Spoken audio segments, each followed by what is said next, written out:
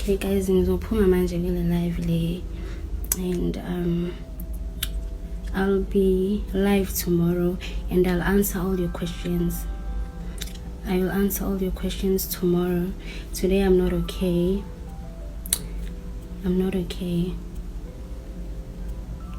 Ingakho ngakwazi ukuphendula wonke lama questions lawo. Bengitsho ukuthi ngizoba right mengiba live kodwa no. Semane kwaba west kodwa ke tomorrow I'll be live and ngizoniphendula guys, khulekani. Today I'm not okay. Yeah, I'm not ready for this. I'm not. And ngoba sengiyibonile imibuzo yenu ngizocabanga kahle. And ngizonitshela zonke izinto engifuna ukuzazi. I promise. I'll tell you everything.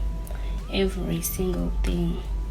Kodwa laba baloke bengigxeka ngezinto engizothini kwanami engazazi and engazi nanokuthi ngizoyiphendula kanjani. Yo, ngizobaphoxa ngoba phela eyami nempilo engiyiphilayo nabo baneyayo engimele bayiphile. No, why guys bengakhali sengakhalela nje kodwa mandisi njengokuthi nami guys nathanda ukukhuluma. Yo, ayibo uNosipho confirmed banyani ezi rumors bezisithi yena noMpumelelo they are no longer together are true, because siyasabona pha ku Instagram uba uMpumelelo noNosipho abasalandelani. Sazibuza bakwenzeka ntoni. So uNosipho ke uyawafaka ifoto yakhe emhle on Instagram. Niyazazi ke nini bani njani, hayi ke phansi kwepost abantu. Nosipho ufuna ntoni kuMpumelelo? Nosipho zithande, especially after sive uba kosa sithembu sama girlfriends kukho ne STI. Niyazazi igcushua izifo zangaphansi ezisilelanayo sathi hey danger virgin.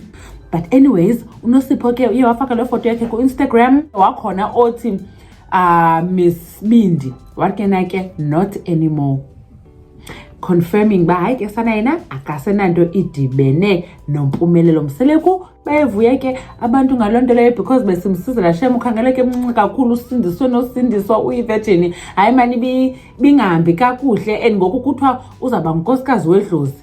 And then ke ngoku uViyokazi yena abe inkosikazi kaTata Musa Mseleku umthathelo tatakhe. And then owakhe izaba nguTirelo. Neyiveyo makasheke noTirelo lo ngowakhe. Makasheke noTirelo lo uzaba ngowakhe. Uyicacise ngolo hlomo. Andazi noba ndibhidanisi na kodwa uthe lo qala funeka abe yivirgin because funeka abo pure ngoba uzaba unkosikazi wedlozi. Lo yesibini funeka ube ngokatatakhe and then owesithathu ube ngowakhe. Owesithathu ke ibinguTirelo before kupotyala ke izinto. Can you check and nabet nani? Are you guys happy that uNosipho has decided to leave esisithembu sikaMpumelelo? Bye.